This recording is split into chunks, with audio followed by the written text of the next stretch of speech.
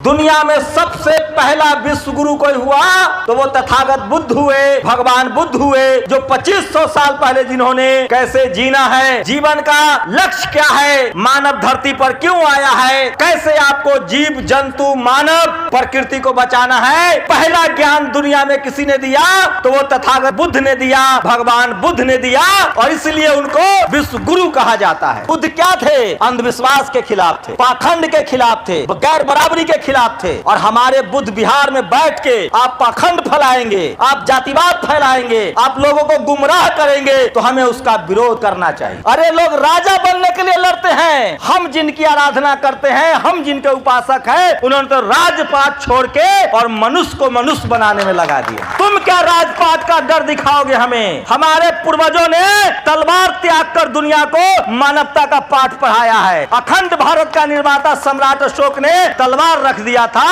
और धम्म का रास्ता अपनाया। तो हमारे पूर्वजों ने, हमारे बाप दादाओं ने राजा महाराजा के पद को लात मारा है और मानवता का रास्ता अपनाया है। तुम क्या हमें राजपाट का डर दिखाओगे और क्या लालच दोगे? वो रास्ता जो बाबा साहब ने 1956 में दिखाया है और वो रास्ता जो बाबा साहब ने 1950 में संविधान दिया है, उसी संविधान से और उसी धम्म के रास्ते से ये देश फिर से गौरवशाली देश बनेगा और भारत विश्व गुरु बनेगा दोबारा, जब यहाँ बुद्ध के अनुयायी फिर से दुनिया को रास्ता दिखाएंगे। सिर्फ ये हमारे बुद्ध विहार का मामला नहीं है, हमारे बच्चों के साथ ऐसे ही सोच के लोग स्कूल कॉलेज में भी भेदभाव करते हैं, नौकरियों में भेदभाव करते हैं, जाति के नाम पर गांव ग्राम में भेदभाव करते हैं। ये मुट्ठी भर मनुवादी हैं और इनसे लड़ने का एक ही रास्ता है कि हम सब लोग संवैधानिक तरीके से अपनी बात को जब कहेंगे, बोलेंगे, लिखेंगे तो हमें हमारा अधिकार भी मिलेगा और बुद्ध विहार भी बनेगा। हम लोग क्या चाहते हैं? जो भारत की पहचान है, बोध गया क्या है? भारत की पहचान है, दुनिया में पहचाना जाता है,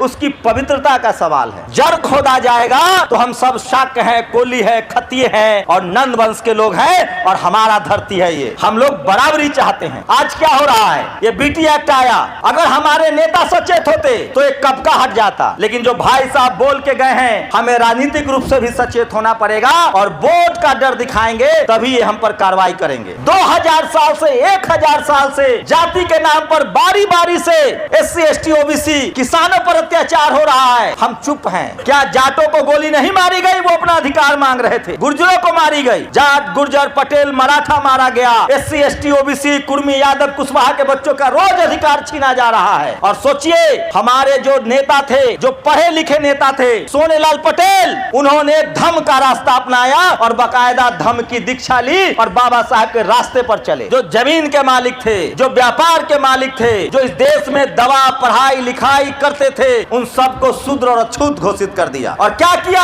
हमें पढ़ने लिखने से दूर कर दिया। जो जीता वो सिकंदर, वो झूठ है। जो जीता वो सम्राट अशोक। और सोचिए, 3 महीने से आंदोलन चल रहा है। इस देश का 90% आबादी आपके आंदोलन से सहमत है, चाहे वो शाह कुशवाहा हो, चाहे वो SC समाज के लोग हो, ST हो, OBC हो, लेकिन इस देश का मनुवादी मीडिया सोया हुआ है। क्यों? उसे लगता है कि हम नहीं बताएंगे तो देश नहीं जानेगा। मैं बता रहा हूं, इस आंदोलन को लंदन से, अमेरिका से लेकर पूरी दुनिया के धम्म के अनुयायी एकजुट हो रहे हैं। अब वो दौर गया, ये जो मोबाइल है यही क्रांति है। आपके विचार को, आपकी इस मेहनत को, आपके इस त्याग को पूरी दुनिया में देखा, पढ़ा और लिखा जा रहा है कि धम्म के रास्ते पर वही चलेगा जो इंसानियत, मानवता और ज्ञान से भरा होता है। इसीलिए इसको धम्म कहा गया है। आपकी संख्या कम हो सकती है, लेकिन आप लोग विचारवान, तेजस्वी और दुनिया के सबसे बेहतरीन इंसान हैं, इसलिए अपने आप के लिए ताली बजाइए।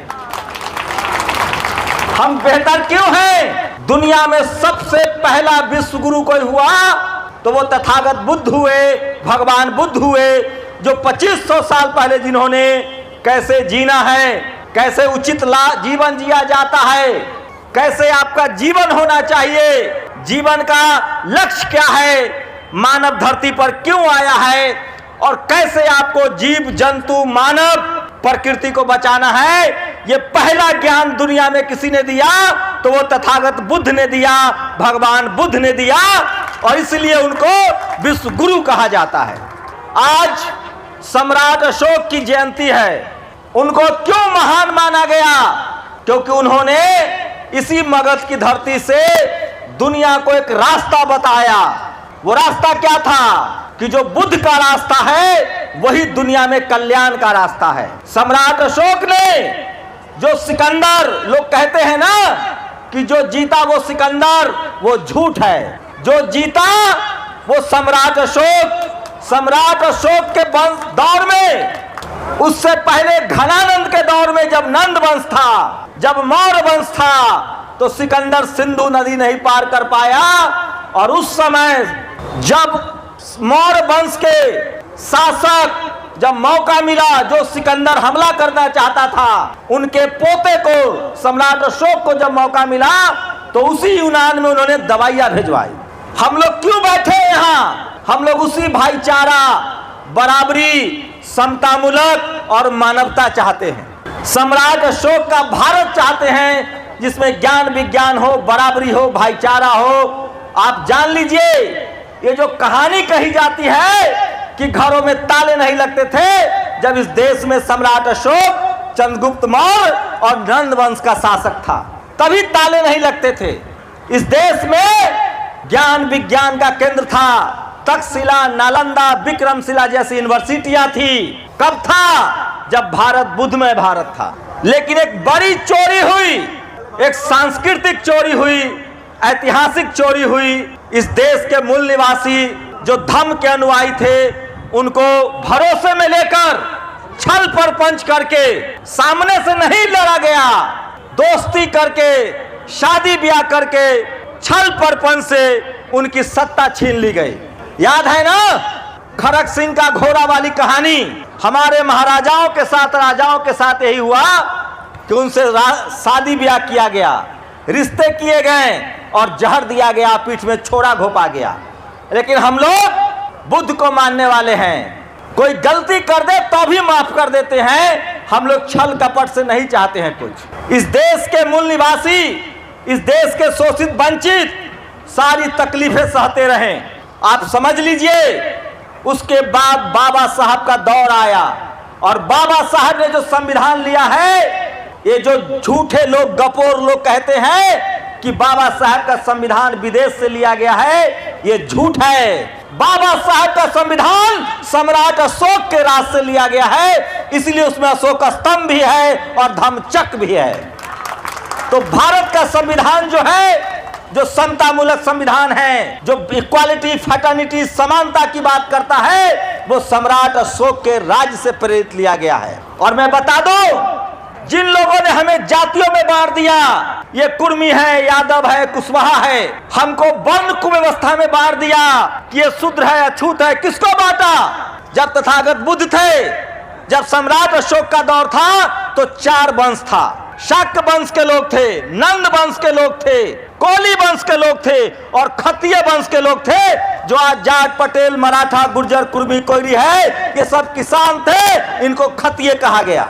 और कोली वंश में, शाक्य वंश में भगवान बुद्ध थे, बेटी रोटी का रिश्ता होता था। वहीं से इन जातिवादियों ने, 4 हमारा वंश था। इसी बोध गया में भगवान बुद्ध को खीर खिलाने वाली कौन थी? नंद वंश की बेटी थी। सब जानते हैं। किसने खीर खिलाया था? बताइए। सुजाता कौन थी? तो 4 ही वंश थे और हम सब में भाईचारा था, कोई भेदभाव नहीं था। वहीं से जातिवादी लोगों ने 4 वर्ण उठाया और हमको, जो खत्तीय थे, जो जमीन के मालिक थे, जो व्यापार के मालिक थे, जो इस देश में दवा, पढ़ाई, लिखाई करते थे, उन सबको शूद्र और अछूत घोषित कर दिया। और क्या किया?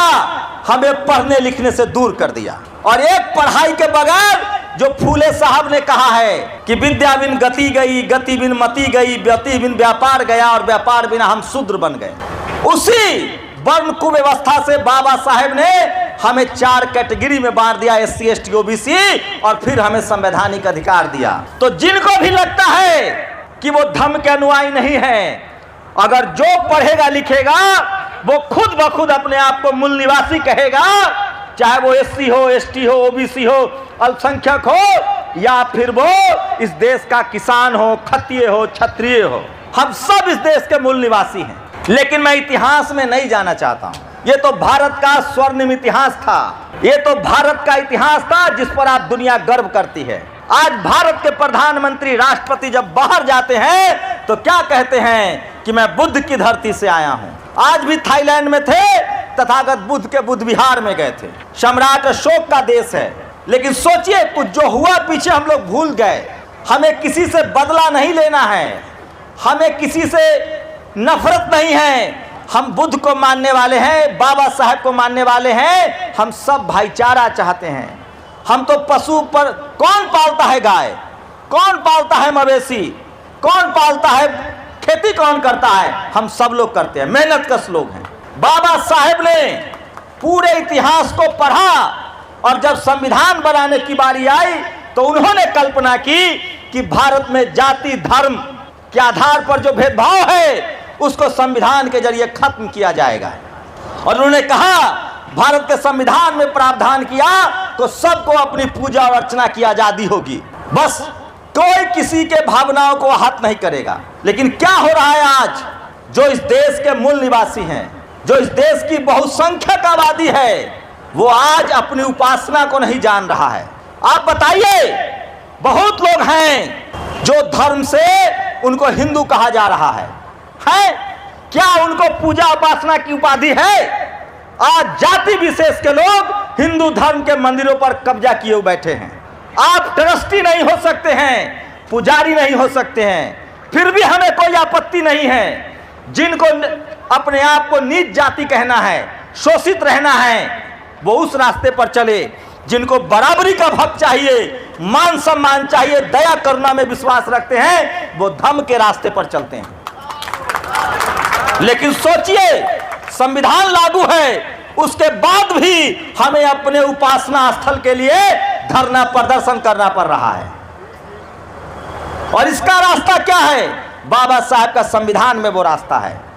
कल जो वक्फ बोर्ड बिल आया है वो इसलिए आया है, जब ये सवाल उठ रहा था कि जब मस्जिदों में इस्लाम मानने वाले हैं, जब गुरुद्वारों में गुरु नानक साहब को मानने वाले लोग हैं, जब मंदिरों में सिर्फ ब्राह्मण समाज के लोग हैं, तो हमारे बुद्ध विहार में दूसरा क्यों है? इसीलिए सब नाटक चल रहा है।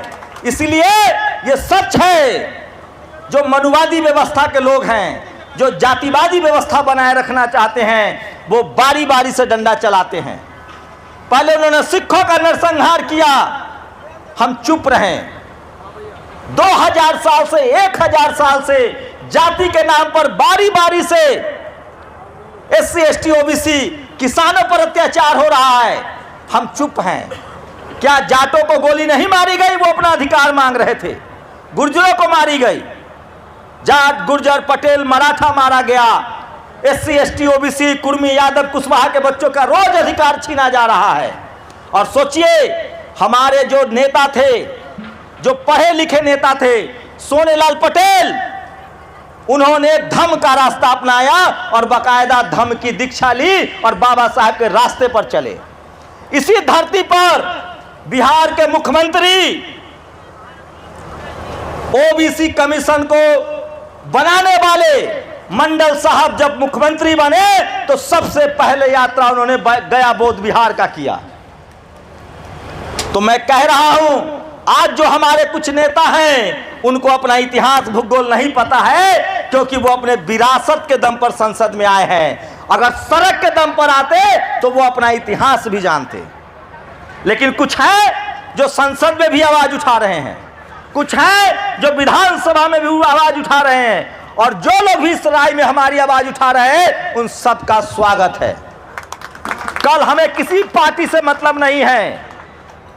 कल उपेंद्र कुशवाहा ने कहा है जो शाक्त वंश के हैं, मैं इसलिए कह रहा हूं, जब जड़ खोदा जाएगा तो हम सब शाक्त हैं, कोली है, खत्तिय हैं और नंद वंश के लोग हैं, और हमारा धरती है ये।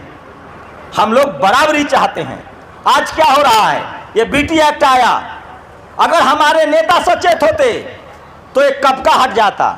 लेकिन जो भाई साहब बोल के गए हैं, हमें राजनीतिक रूप से भी सचेत होना पड़ेगा और वोट का डर दिखाएंगे, तभी ये हम पर कार्रवाई करेंगे।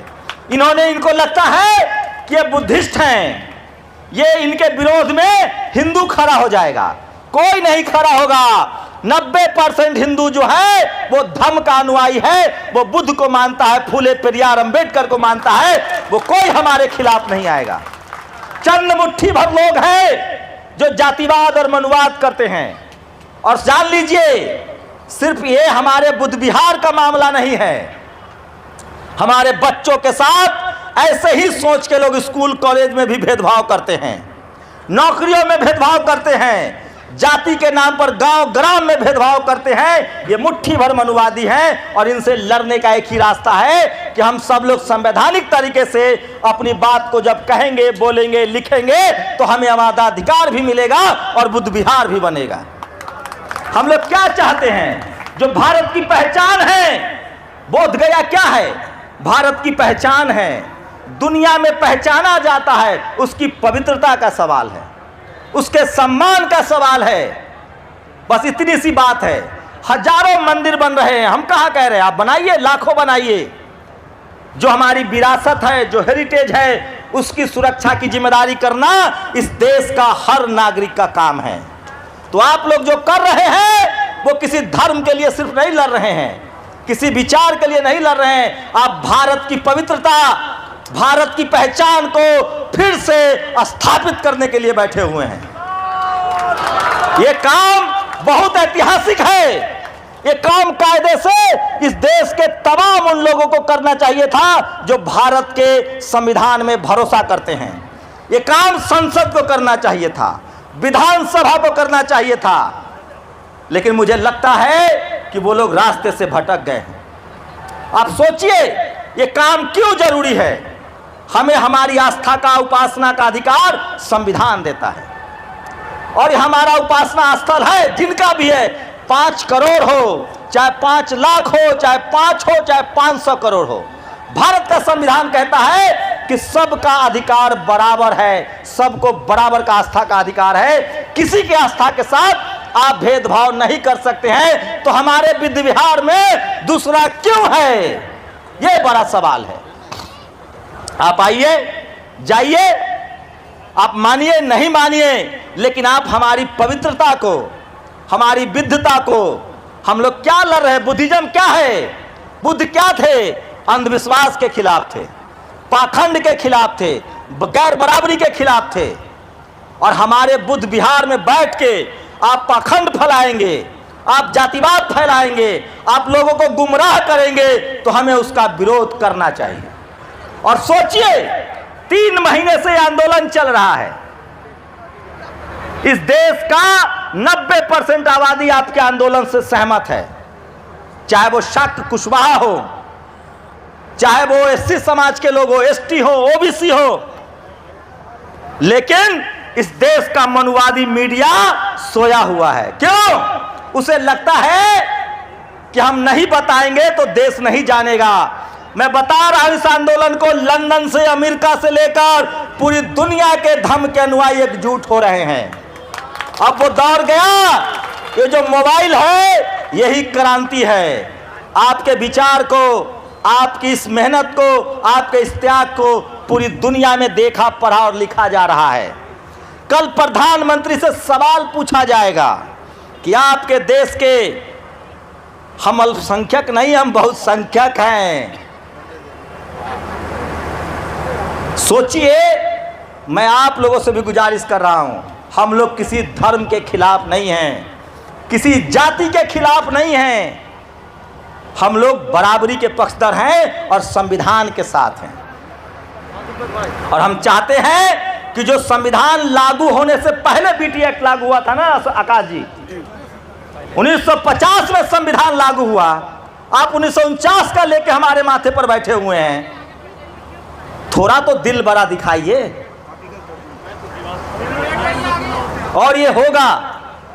और हम कोई राजपाट नहीं मांग रहे हैं, सत्ता नहीं मांग रहे हैं, लेकिन एक बात आप लोग सचेत रहिए, अब लोकतंत्र का दौर है और लोकतंत्र में वोट के चोट से लोग सुधरेंगे। इसलिए आप लोगों से गुजारिश है कि आपका जो ये संवैधानिक अधिकार है, ये जो आपके आस्था का प्रश्न है, इसके लिए आप लोग संवैधानिक तरीके से सब लोग, जितने लोग इस अभी जलसे में शामिल है, इस बैठक में शामिल हैं, अगर आप लोगों ने रोज 2-2 लाइन सोशल मीडिया पर लिखना शुरू कर दिया तो इनका तख्त हिल जाएगा। और जो भी आने वाले लोग होंगे, जो भी आने वाली सरकार होगी, हमारे साथ कदम कदम पर छल प्रपंच हो रहा है। दूसरे धर्मों का सारा मामला कोर्ट में सुलझ जाता है। हमारे मामले को कहा गया कि हम नहीं इंटरफेयर करेंगे, बिहार सरकार करेगी। बिहार सरकार में जो लोग बैठे हुए हैं उनके कान तक आवाज नहीं जा रही थी। मैं आकाश लामा जी को धन्यवाद करूंगा। मैं तब भी आया था जब मुश्किल से 15 लोग बैठे थे। मुझे भी लगा था कि आकाश लामा कब तक बैठे रहेंगे, एक बार आइए और इनके नाम पर ताली बजाइए। इनको भरोसा था कि समाज जुड़ेगा और आज समाज जुड़ा है। और 15 लोग थे जब ये प्रदर्शन शुरू हुआ था। आज पूरी दुनिया आपके साथ खड़ी है। और हम क्या मांग रहे हैं? हम मांग रहे हैं इस देश का इतिहास। हम मांग रहे हैं कि इस देश की जो पहचान है, इस देश का जो दुनिया में मान सम्मान है, जहां हमारे राष्ट्रपति, प्रधानमंत्री, हमारे राष्ट्रपति भवन में भगवान बुद्ध की मूर्ति लगी है। हॉल का नाम सम्राट अशोक हॉल है।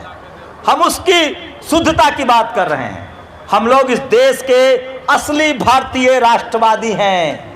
हमें न किसी धर्म से नफरत है, न किसी जाति से नफरत है। हम भाईचारा चाहते हैं, बराबरी चाहते हैं, बराबर का मान सम्मान चाहते हैं।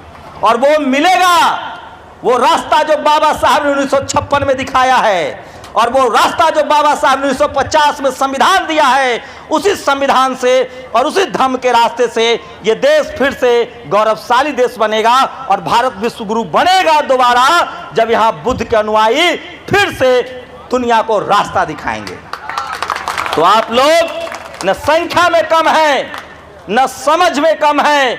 और रही बात, छल प्रपंच के नाम पर लोगों ने संपत्ति जरूर खड़ी कर ली है, लेकिन जिसके पास विचारों की संपत्ति होती है, जिसके पास मानवीयता होता है, करुणा होता है, दया होता है, उससे बड़ा संपत्ति किसी के पास नहीं होता है। और नहीं ऐसा है तो तथागत बुद्ध ने तो राज छोड़ा था।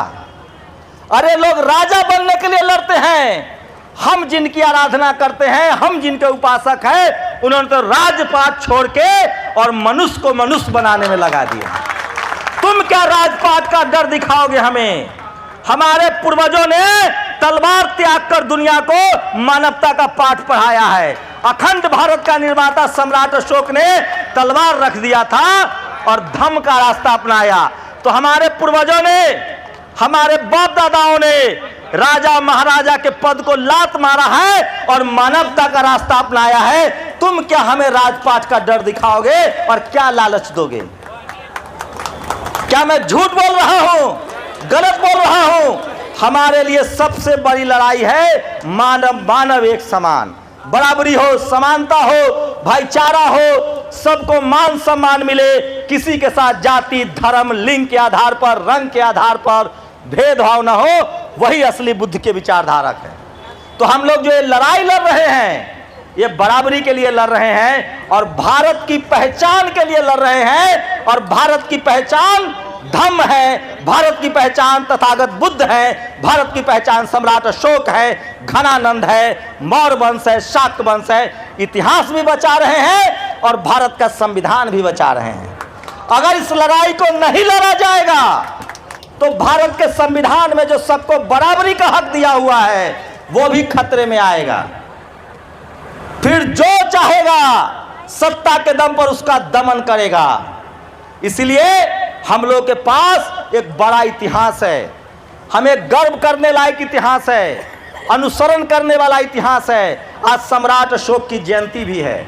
उन्होंने हमें बताया है कैसे दुनिया में राजा अपने बेटा को राजा बनाता है। सम्राट अशोक ने क्या किया? उन्होंने अपने बेटा महेंद्र और बेटी संघमित्रा को राजा नहीं बनाया। दुनिया में कहीं इतिहास है ऐसा? उन्होंने अपने बेटा और बेटी को धर्म की विचारधारा के लिए, मानवता के लिए राजपाट त्याग दिया। इसलिए हम लोग नैतिक रूप से, मानवीय रूप से सही आदमी हैं। इसलिए ना हमें किसी से डरना है, न किसी से लड़ना है। हम लोग संविधान मानने वाले लोग हैं। आज बाबा साहब का संविधान है और वो संविधान हमें बराबरी का हक देता है और संवैधानिक तरीके से हमें अपना हक चाहिए, अधिकार चाहिए, जिसमें न किसी को नुकसान हो न किसी का घाटा हो। इसलिए आपको पूरा देश मुबारक। कम से कम तथागत बुद्ध की जो विरासत है, जहाँ उनको ज्ञान मिला, जहाँ से उन्होंने दुनिया को ज्ञान दिया और जहाँ से वो विश्व गुरु कहलाए, कम से कम उसकी पवित्रता का ख्याल कीजिए और वहाँ से अंधविश्वास, पाखंड फैलाना बंद कीजिए। इतनी ही मांग है ना हम लोगों की, और ये मांग जायज है। मालिक नहीं बनिएगा। मालिक के हमारे बाप दादा गद्दी छोड़ छोड़ के आए, मालिक नहीं मानव बनने की लड़ाई है ये। मालिक नहीं बनिएगा। हम लोग मालिक नहीं बनने आए हैं, मानव बनने आए हैं। तो ये लड़ाई बराबरी की है, मानवीयता की है, करुणा की है, दया की है। हम लोग बुद्ध के अनुयायी हैं। राजपाट जो व्यवस्था राजपाट में भी था, जब राजपाट भी चलता था, राजाओं का भी दौर था, तो हमारे राजा मानवीय हुए। और जब लोकतंत्र का भी दौर आया तो हमारे पुरखों ने स्कूल खोले, अस्पताल बनवाए, कॉलेज यूनिवर्सिटी बनवाई। बाबा साहब ने ज्ञान विज्ञान का रास्ता दिया। तो जय संविधान, जय भारत, जय संविधान, जय भारत। भगवान बुद्ध की करुणा हो, भगवान बुद्ध की करुणा हो।